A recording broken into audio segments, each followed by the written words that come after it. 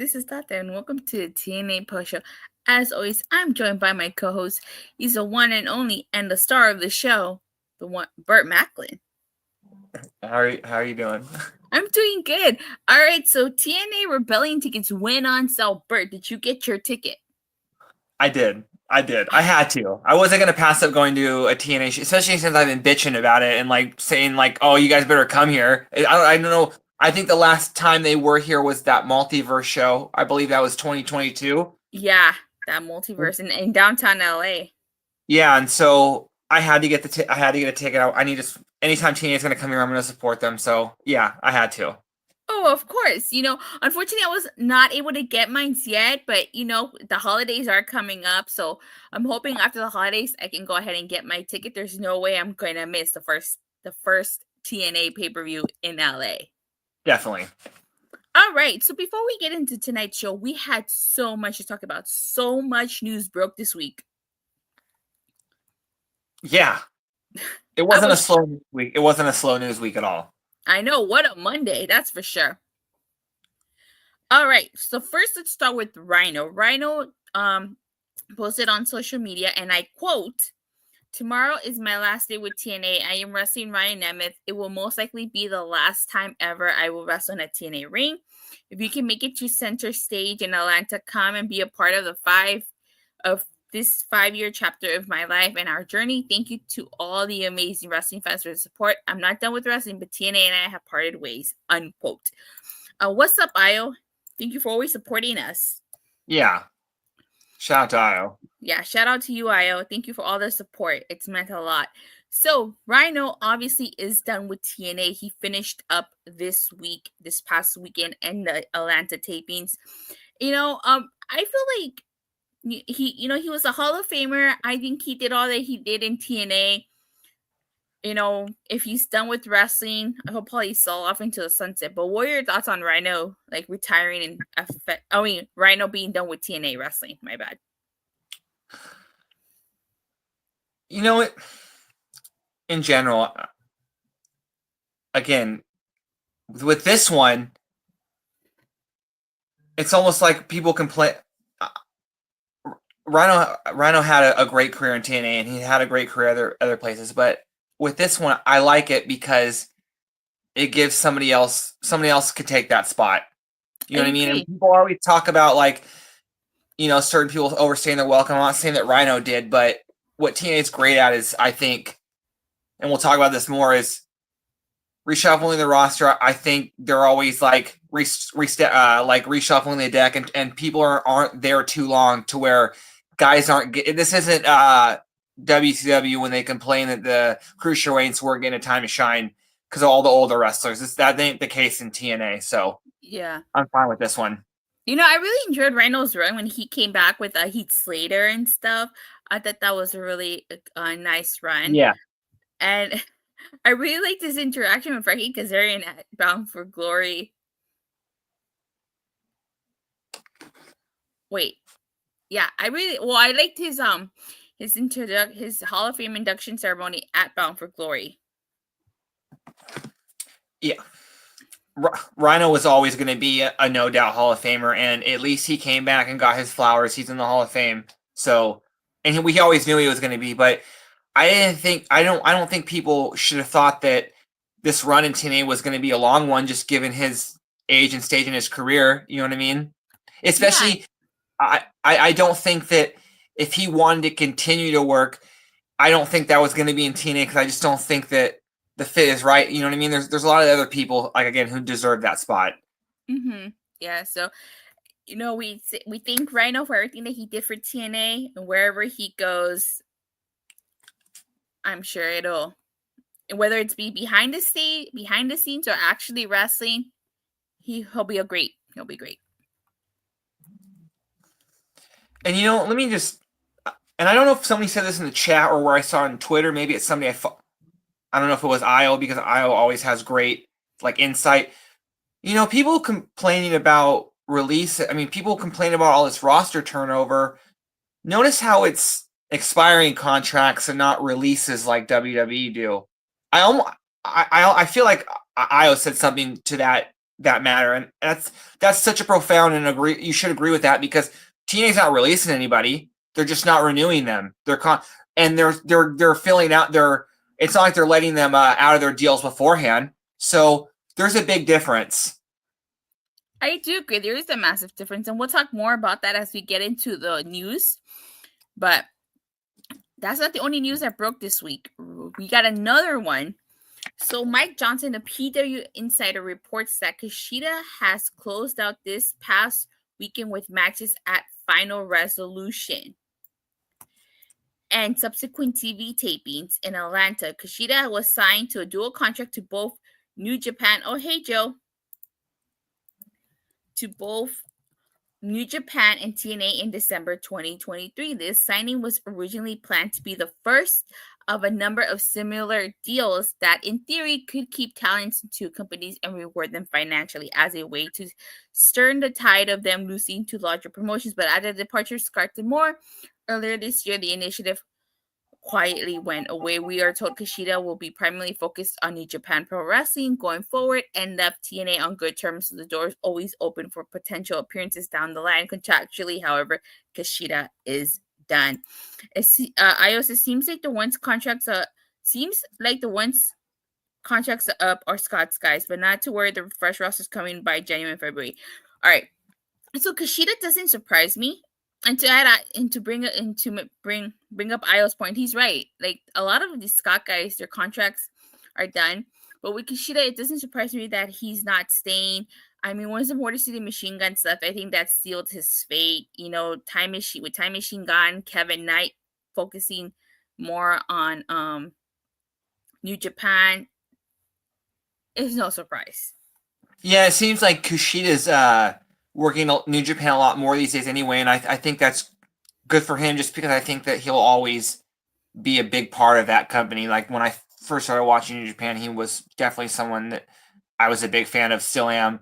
So yeah, again, I don't have a problem with this one either. Same.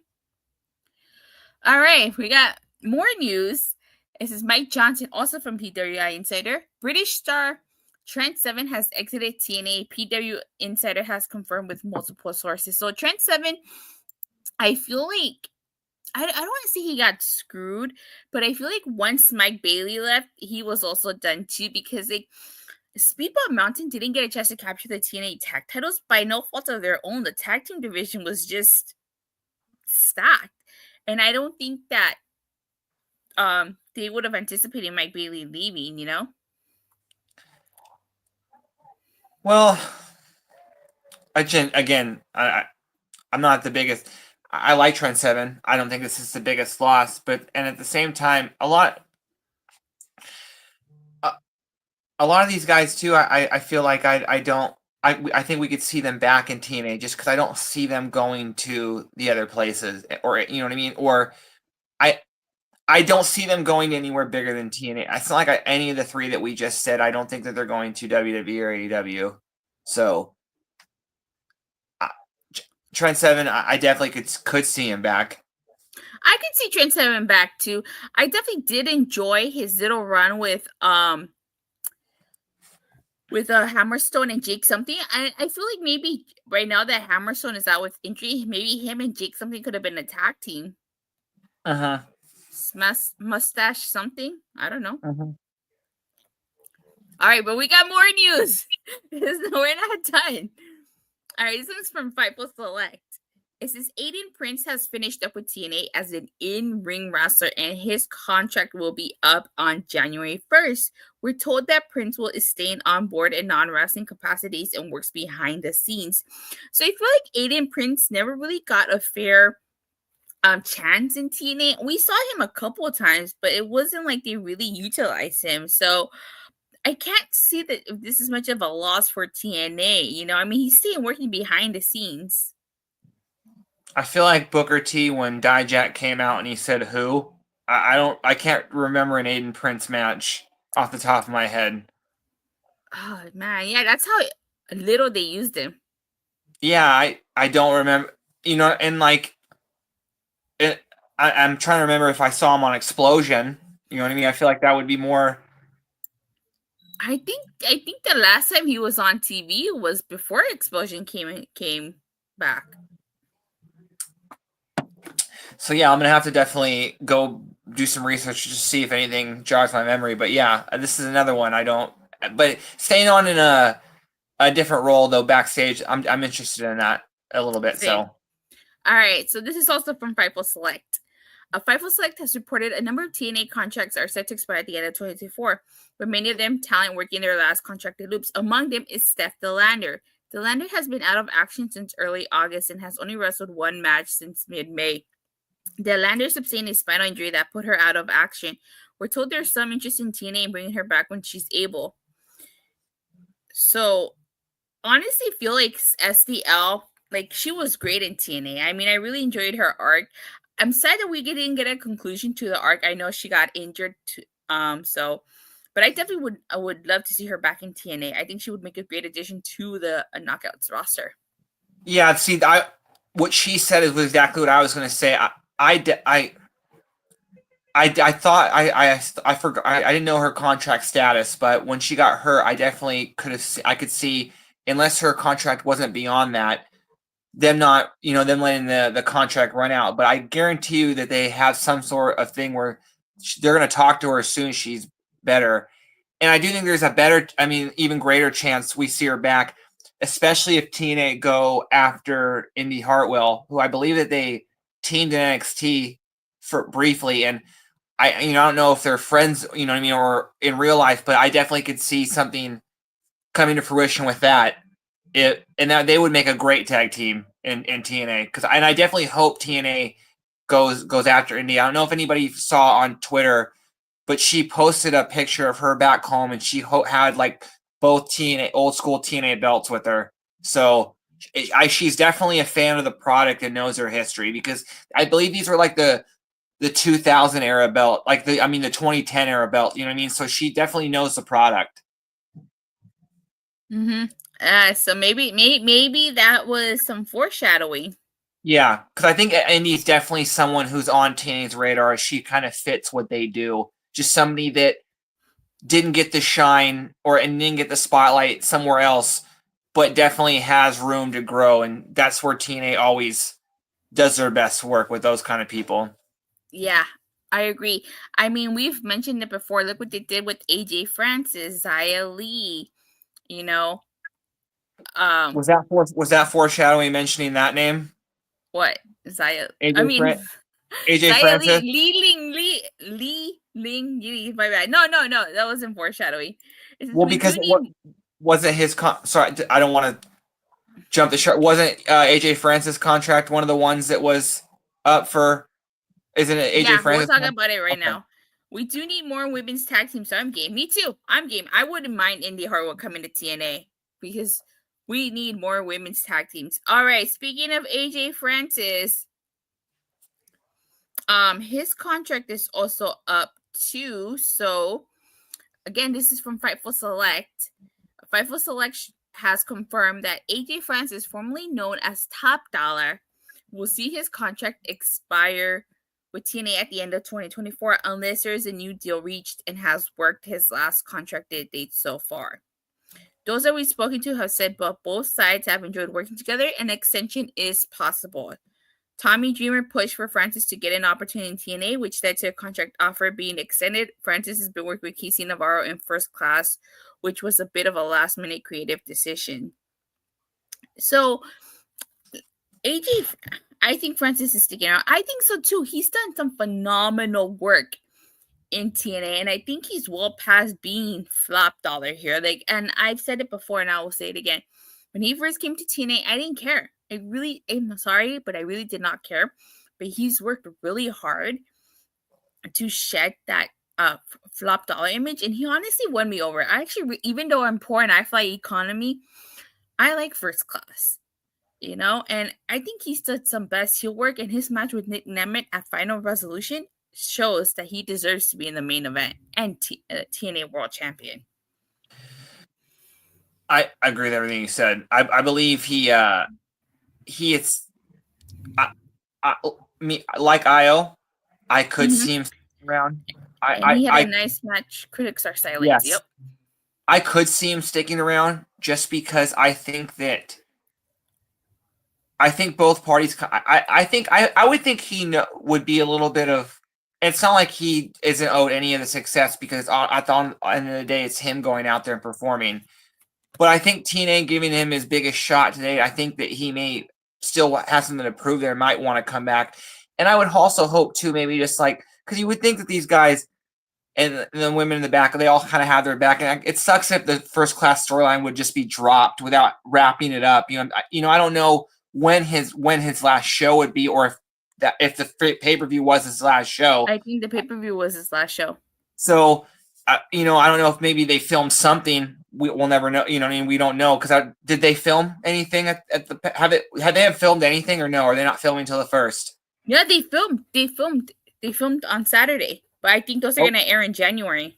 Okay, but he had mentioned like I think he would be willing to go back to WWE or NXT, and the reason I kind of think like I didn't think that was a possibility before, but then like the more I think about it, I think he has improved a lot, and just maybe not WWE. That would be kind of not a long shot, but the NXT men's title scene is very weak at the top right now, and I definitely think that. And we watch he gets real heel heat. That's very rare these days. You know what I mean? So I definitely think he would fit there now. You know what I mean? Especially if they've kind of seen what he can do. But I really hope he sticks in TNA just because I think TNA should try to retain him, whether it's, giving him a longer deal, because I think he does deserve it. Yeah, he does. He does deserve it. He let's see. Io says they filmed episodes for January. Yeah, they did. He definitely does deserve it, and he silenced all the critics with that main event match. Yes. So, all right. Last but certainly not least. Well, you know what? I'm not even gonna address that because I think that's just hearsay. I don't think that's true. No, but it's about this one. Which was that? Huh? What was it? What was it? I didn't see about the pay cut. I'm not even gonna bring that up because I don't think that's true. Okay, so Mike Johnson, PWI Insider, has confirmed another departure from the company. We're told by several sources close to the company that Jay Chung, who has been the company's ring announcer, informed company officials in Atlanta over the weekend that she would not be signing a new deal with the company and would be exiting. Her current deal is believed to expire at the end of the year. This past weekend in Atlanta would effectively have been her last appearance with the company. Chung was said to have been saying her farewell to many in the company at Saturday's television tapings. Chung's husband, Josh Alexander's TNA deal is expected to expire February 2025. Alexander has talked in the past about wanting to test himself on the free agent market. Some in the company noted to PWI and said that Chung's departure is a sign that Alexander is indeed exiting as well. I will say I do agree with that. I think that pretty much seals Josh's fate because I don't think she would be leaving if Josh was sticking around. But I thought she was a great ring announcer. I thought she did a good job. Yeah. So what were your thoughts on Jade leaving? Again, no disrespect to her, but I don't think this was a big loss. It's a ring announcer. You know what I mean? And I think that, and again, it's TNA always bounces back, and they don't have to find a wrestler; they just have to find a ring. And I also personally think that they already have somebody there. If I was TNA, I would slide Raywald to the ring announcer, and maybe get someone else on commentary. Even though I don't want to see Raywald lose, I just think he's got a great voice. I just from going back to the Rusev Day stuff. You know what I mean? He's got a great voice. But I'm just saying, I would assume TNA has a plan in place. I wouldn't want Raywald on to do ring announcing, not because I think he wouldn't do a good job. I think he would do a fantastic job. I just feel like I would miss his banter with Tom Hannifin on commentary. They have such a great banter and such great chemistry. Yeah, I think that they're one A of like the top commentary team in wrestling. So yeah, I wouldn't want them. No, I wouldn't want to break them up either. Yeah. I'm just saying. Yeah. Joseph says AJ even shut those haters at AJ that teased him for that misstep. TNA's great showcase inside. Yes, they are. That's the thing that they do well. Joseph says that was my feeling too. Even if Jake didn't leave, I think Josh wanted to test free agency for a while. Bring Sam Lorento back. Okay, I think Sam Lorento would be a good choice. Yeah, definitely. But what? Damn, what a newsworthy week for TNA. And you know, people like on Twitter kind of like being fake outraged about this. I don't think they're taking into account that like names like Mike Bailey, who was already gone, who I've seen their name mentioned in like this all this weekly news, which he wasn't a part of here, it was already gone. But I think Jordan and Josh being mentioned, I think people already knew when their deals are up, and I think that people kind of know that they're two names that are high on people, especially Jordan. You know what I mean? I think people knew that they were leaving, and I think TNA fans, like the TNA fans who like watch every day, know based on these other signings, like Santana, that they've already geared up for these losses. To they're already 2 steps ahead. You know what I mean? Look who they're elevating. There's no secret that they're elevating newer guys. You know what I mean? It's not just like, and that's like kind of, you could kind of say like when Scott was there, maybe like there was only like a few people, like a few storylines, but like now, like with this new booking, there are so many people and so many like future seeds being planted. You know what I mean? Like again, like TNA will be fine, and like again, like the names that were released were not as big as the names that they've brought in and signed, and that's, you know what I mean? I have to say, and I agree with Io here, it's fake outage from who don't watch the product. Us TNA fans know good changes are coming. Exactly. I have to say I was really upset over that fake outage. Like you could tell who watches TNA weekly and who doesn't. Everybody was talking, oh, TNA is sinking. This is doom and gloom. Look at all the talent leaving, which is why the pay cut thing, was started. I'm like, do you people watch the show weekly? Like they've been saying this since Scott D'Amore got fired, and look what's happening. Like TNA is on the rise. TNA, TNA does a really good job. It was this one. Bird is right. TNA does a good job of rebounding after talent leave. I think one name that shocked me was Steph DeLander. Had no idea her contract was up. Yeah, they do a really great job of rebranding. I'm not worried about anything. Like they're gonna be able to replenish the roster. People come and go. And while So WWE, there's nothing to worry about. Yeah, while WWE seems to be on a trend of signing older wrestlers, TNA is going younger, and they're constantly building the future stars. You know what I mean? That's kind of what like I kind of wish people would appreciate. Like, if you watch WWE, you watch AEW, chances are you're going to watch somebody who cut their teeth in TNA. Mm-hmm. You know what I mean? So it shows some respect. You know what I mean?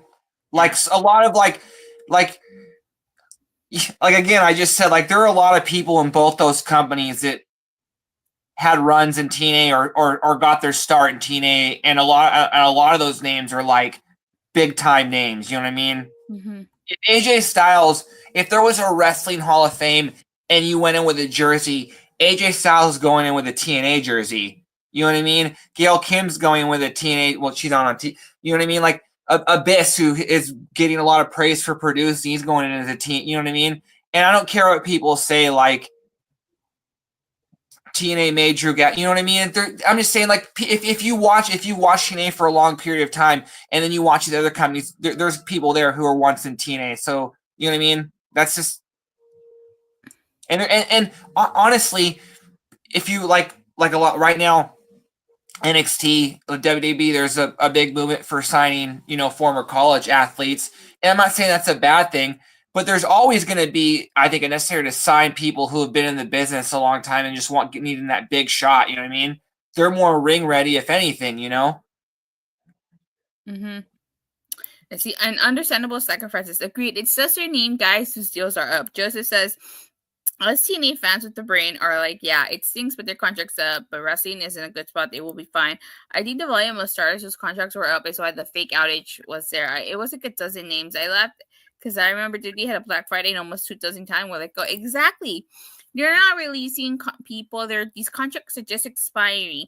TNA, it will be fine. They got big things coming in 2025. I'm sure they're going to replenish the roster. We got to work on the knockouts and the knockouts tag team division, but that's a different story.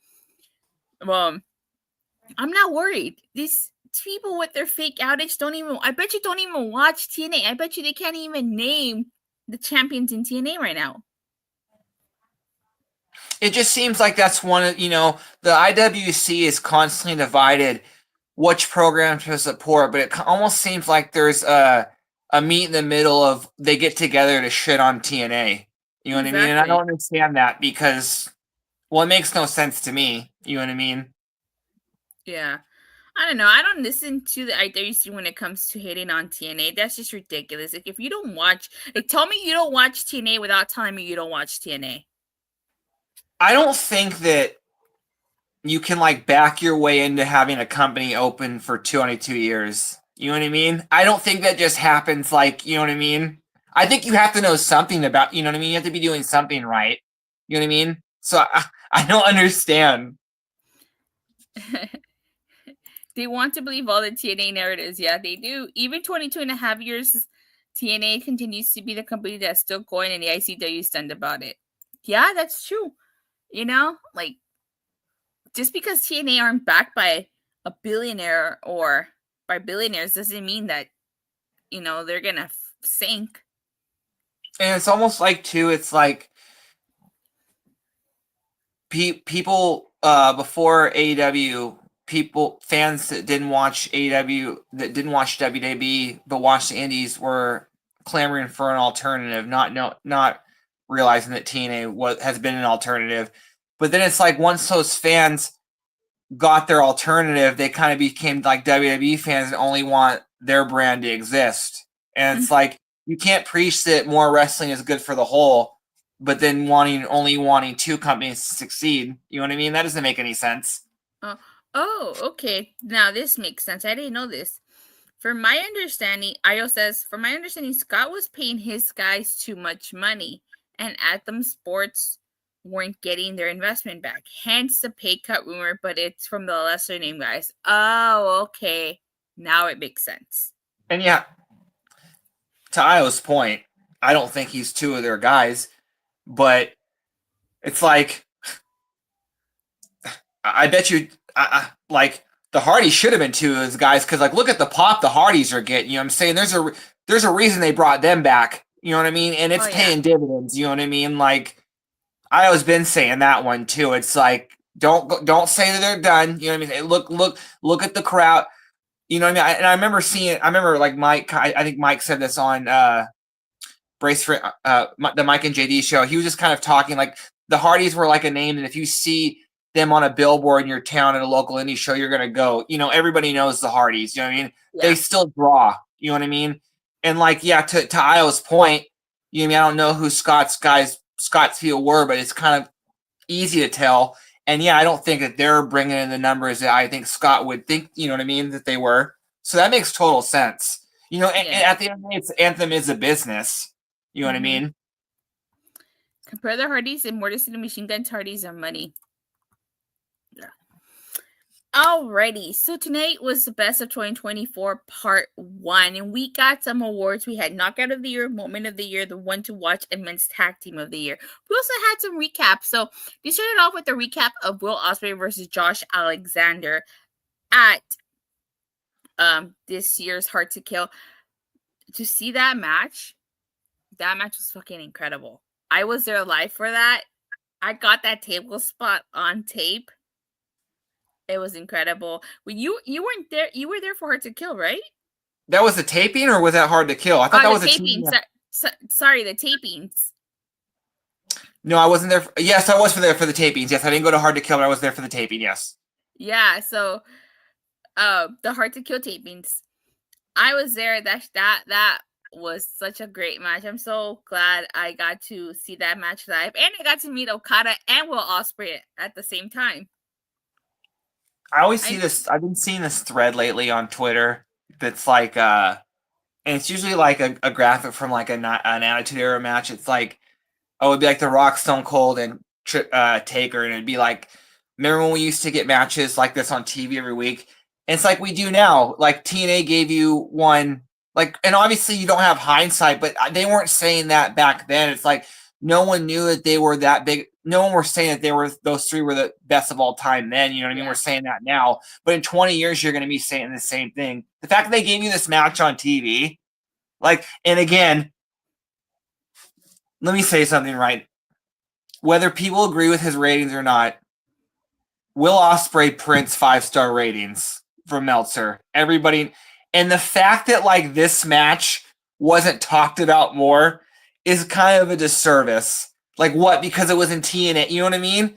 Like I've seen Will Ospreay wrestle in smaller buildings than that, and it's got paid attention to more. You know what I mean? Like I thought that was a classic.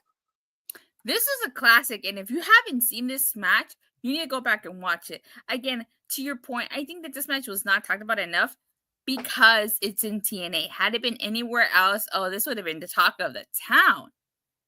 Yeah, I don't know why. I think actually, which was cool. I think that was like the first time Dave Meltzer mentioned TNA. But of course, again, he loves Ospreay, so at least I'm glad he at least mentioned it. But yeah, like I thought this would have gotten talked about a lot more, just because you have like Josh is up there with a guy who like maybe again it's like probably the company that doesn't get talked about enough with the Gunthers and the Will Ospreays.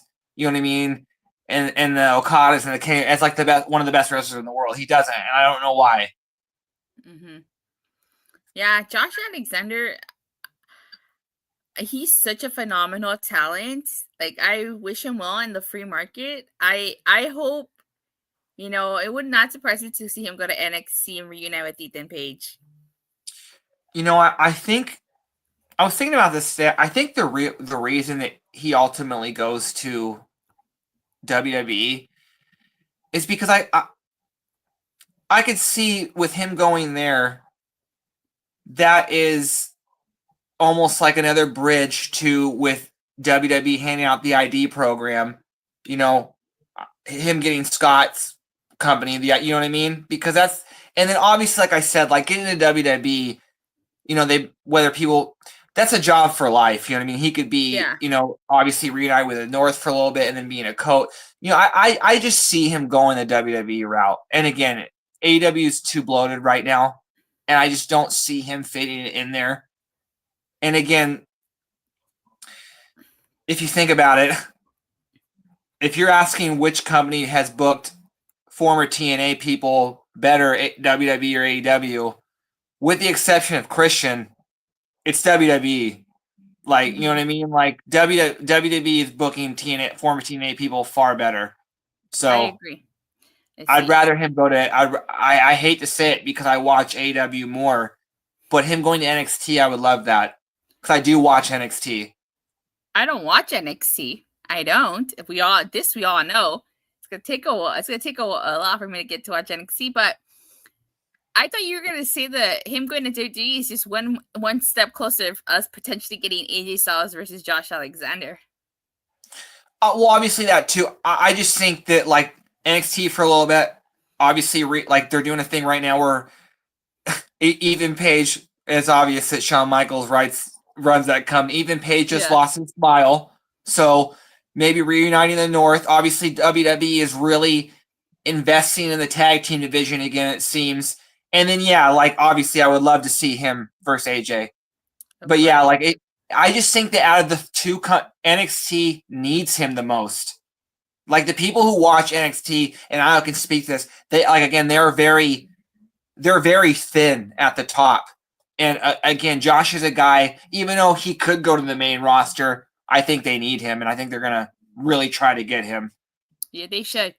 IO says 2024 has been chef's kiss. Hell yeah, it has. Wentz versus Speedball deserves 5 stars too. Oh, I agree. That was a fantastic match. As far as tested news, according to Lance Storm, seems like backstage reaction was positive feeling. Oh, that's good. Joseph says, "Yeah, I agree. Even if Josh is done wrestling, he could be a PC coach or producer for sure. I could see that happening."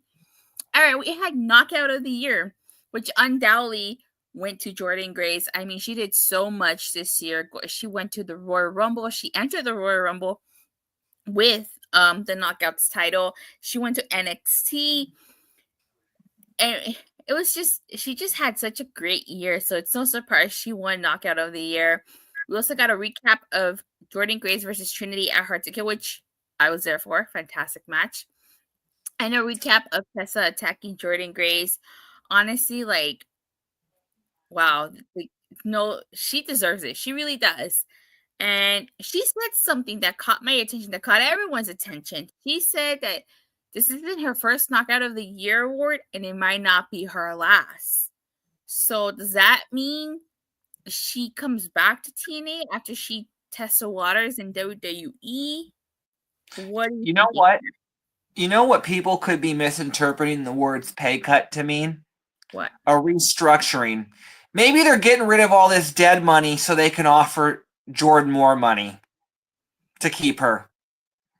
I don't think TNA would have made these deals to sign these bigger arenas in TNA if they knew that they knew that they were going to have losses at the end of the year. You know what I mean? And again, we talked about how those losses weren't the ones aren't necessarily bringing in the viewers. So again, if they're like dead cap in the NFL, you know what I mean, like trying to free up some cap. If they're trying, when she said that, obviously I didn't put much into it, just because I just see her going, just because I think she can get a lot. I think she's going to be offered a shit ton of money. But if TNA is trying to do something to bring her back, and her teasing that, I don't think it's far fetched to think that she could be back. Because I think that's less. I think it's more likely her staying than her like going and then coming back. Like what? Like you know what I mean? Later, you know what I mean? I Yeah. definitely could see her because she could all. She's not. I believe she's like late 20s. So Let's see. I know she's older than. Let me see. Jordan Grace. She is 28. Yeah, she's 28. She's gonna be she 29 could in sign March. another like one year. You know what I mean? And like kind of like TNA telling like we could use you this year to kind of like one next, like for these bigger shows, you know what I mean? Give us another year, and then because a 10-year career in WWE, that you could have a Hall of Fame run, you know what I mean? But I could see her then maybe working something out, a little more money. She's definitely a name that I would think draw. I think, you know what I mean? Her staying would benefit in 2025. So yeah, I could see that. Jessica says, for all the losses, Jordan would be the biggest loss for that company. She carried the KO division for sure. She passed the torch to Masha. Deanna, prior to Jordan, it was Deanna. They lost Deanna, and that torch got passed to Jordan. Now I got passed to Masha. So, I think once Kylie King and they replenish the knockouts division, I think they'll be fine. That's the one slip that they had, is that it wasn't the losses. It's just they were not putting as much emphasis on building future people. And maybe what hurt it a little bit more was the losses so quick to each other. Mm-hmm. But like there should have been some people like waiting in the wings to kind of take those spots. So, and the injury has definitely played a part, like, because I definitely think they had big things for Kylan King and Killer Kelly. So, and again, those are two injuries. Well, I think Killer Kelly just had a child. I think she's coming back. I would think she would be coming back eventually. So, and then Killer Kelly had a very, very, I think I don't think it was an Achilles or an ACL, which is always pretty serious. Yeah. So again, and I would expect them to be back soon. Those are two names I think TNA is going to invest in highly. You know what I mean? Especially Killer Kelly. Mosh is a champion now. They're going to do something with that. So Says Jordan has won 3 awards: 2021 Tag Team of the Year with Rachel Elring, 2022 and 2024 Knockout of the Year. Jordan could bypass NXT for sure. She's young enough where she could do a run in WWE and finish a career in TNA for sure. Oh yeah, she is. She's young enough, like you mentioned, Bert. Okay. We got the moment of the year, which was won by Joe Henry. No surprise. The moment of the year was Joe Henry apologizing to First Class. I was also there for this. This was great. He went viral because he did "Can You Please Get Fired" to Creed's. That was so good. Yeah.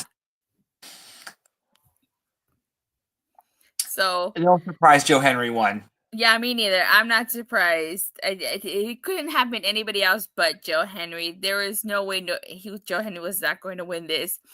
You know, he should share that with First Class, because if it wasn't for First Class, I don't think Joe Henry would have won Moment of the Year. I mean, the reason why he won is because he was apologizing to First Class. And you know what? I think Joe Henry, if you ask him though why he likes this award, the one he really wants is the one that he could win on, hopefully Genesis. I think he wants that world title, so hopefully we see that happen. Mm-hmm. I wasn't surprised, but I had to watch the show to realize what moment it was for he went rival. Everything he did, he went rival. Yeah, that was the moment Joe Henry went viral. So, oh god, that was good. But we had the one to watch.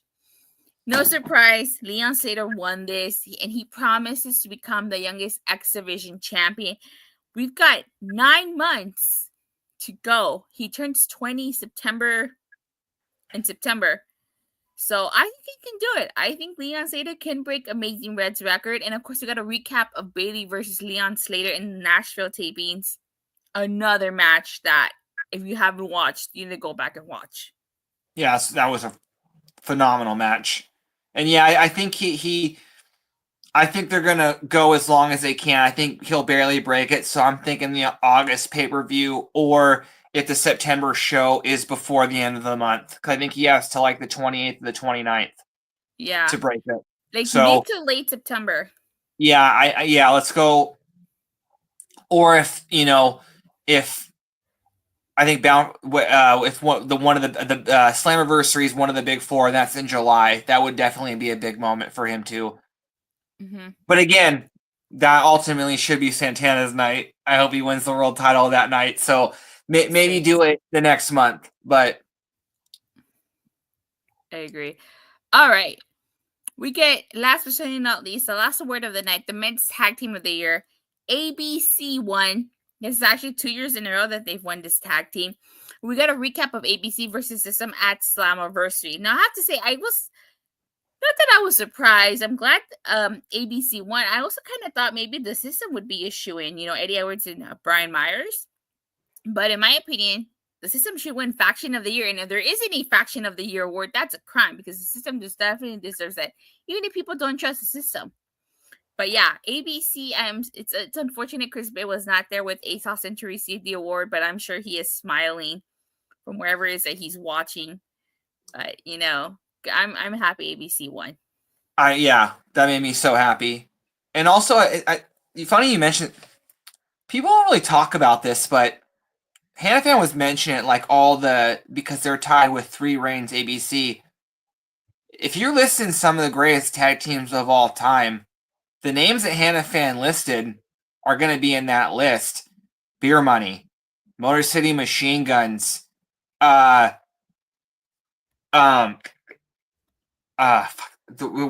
another one that really stood out to me. But yeah, no, I'm just saying, oh yeah, whether or not you think the good, I'm not saying the Good Brothers should be really high. So I'm saying Machine Guns and Beer Money, I'm saying, right, those are two top teams, you know what I mean, in the history of tag team wrestling. So, TNA was a sneaky good tag team division over the years. Oh, the Wolves. That's another one right there. Eddie Edwards, Eddie Edwards like a tag team specialist, you know what I mean?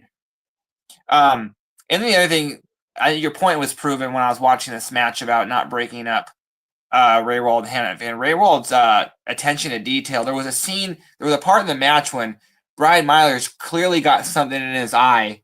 You know what I mean? The ref had to check on it. And that's when they happened just to cheat. But that's not what happened. You know, I mean, he really did have something in his eye. I thought that was and Hannah fans obviously telling him to shut up, being rude as fuck. You know what I mean? But I appreciated that. Yeah. Don't break them up. You're right. They're too good. Io says, who do we think should be heel of the year? Is there any question? Hello, the king of TNA himself, Frankie Kazarian. Yes. He's the best. Yes, definitely. He should be the. Although, if he maybe would have turned a little earlier in the year, I think Josh could win it because he's just been a prick. You know, he's definitely, and I could see him winning it as many times. He's cost Josh Joe Henry the title, but no, it's got to be Kazarian. He is the heel. Yes, of course. Exactly. He's the best. Yeah, he is the king of TNA. He's the king of TNA. He deserves to be heel of the year. And I can't wait to see him win the title in his hometown. He's going to get a run. Again, I want to say, I believe it's one of the group chats I'm in with Io, and I don't know if he brought it up. I think we're going to see quite a few tag team title. I mean, not tag world title reigns in 2025. When you say win in LA, I do see him winning in LA. Do you mean like clean, like match 1-on-1, or is he gonna call his shot and rob Joe Henry or whoever's world champion of the title? I think he has to rob them, just because then it would kind of pay. Because then I think he's eventually going to lose clean to Santana. Yeah. So yeah, I think he definitely has to rob. Yeah, I would rather see that, but I would like him. I would like him getting in a full match, though. You know what I mean? So maybe him. You know what I mean? That would be kind of cool. Getting the main event. Yeah. But that would be a short, not a long reign for Joe Henry, but it'd be a good one. It'd be a run. Yeah, Lakers colors for sure. For sure. Because he used to be part of SCU. All right. I guess that's it. Unless there's anything else you want to talk about, Bert. No, I would just say definitely I don't think the TNA diehards, the hardcores, the it doesn't have to be a day one, but I'm just saying people who watch this company for any given time, I don't think they're panicking, just because, like I said before, I don't think that everyone knows when contracts are up because the company signs them. So I don't think TNA would have signed for all these big arenas if they were scared about this. Exactly. You know what I mean? So again, and then also too, I saw for UBS, I don't think that they've opened the full arena. You know what I mean? So it's not like they're I don't think that they thought they were going to try to sell 17,000 tickets. You know what I mean? Maybe they're going to open up more if the demand goes up. But, again, I don't think TNA is worried. These names weren't like anyone that is going to, I'm not saying going to move the needle, but, and then as far as the names that aren't left yet, but are being speculated on if they could leave, which I think we think that they will, but they're not gone yet. I don't know why we're talking about that. Yeah. Honestly, 2024 has been such a great year for TNA. I am definitely looking forward to 2025. They say they're playing a slow build to spring and summer with these big venues, which is clever. Yeah, they are. I definitely agree. And I think it's only going to be upward mobility from here on out for TNA. People are going to come and go. That's just the nature of the business. It's not going to be a big loss. TNA will bounce back. They're going to replenish their roster. I'm not worried. You're not worried. Us TNA fans are not worried. I'm not even going to pay attention to the fake outage that's going on online, And yeah, it's like TNA are moving up to the buildings that AEW is downgrading to. You know what I mean? It's not like, you know what I mean? TNA is building it slowly but surely, the right way. You know what I mean? Yeah. And then, so it's playing the long game. Exactly. They've learned from their mistakes. You know what I mean? So they're trying to, and again, it is a business. Mm-hmm. As much as I want to tell people how to spend their money, you know what I mean? I don't have that right. Exactly. Alrighty, Bert. Where can people find you as we get ready to sign off? Just on X at Burmac11. I mean, on Twitter. You At can follow Burmac11. you can follow me on Twitter at @underscore I talk. You can follow me at @_ on X or Twitter, whatever you call it these days. I talk WWE Raw, SmackDown, AEW Dynamite, and of course TNA Wrestling. But I thank you guys so much for Io, for Joseph, and everybody else that tunes in, but specifically Io, Joseph, and Joe, who are our regulars. Thank you guys so much for the support. Shout out to you guys. You guys have been fans from the beginning, so thank you guys so much. Thank you to everybody who's watched our show, who's commented, who's chatted. Thank you so much. The support means the world. But thank you guys all so much for watching and for the continuous support. Please don't forget to like and subscribe. Make sure you hit that bell so you get notified whenever we go live or whenever Body Sam goes live. And as far as next week is concerned, if no major news breaks like this week, we won't be doing the show. If there is news, we'll see you guys next week. If not, Merry Christmas, Happy Holidays, have a Happy New Year, and we'll see you guys in 2025. Bye.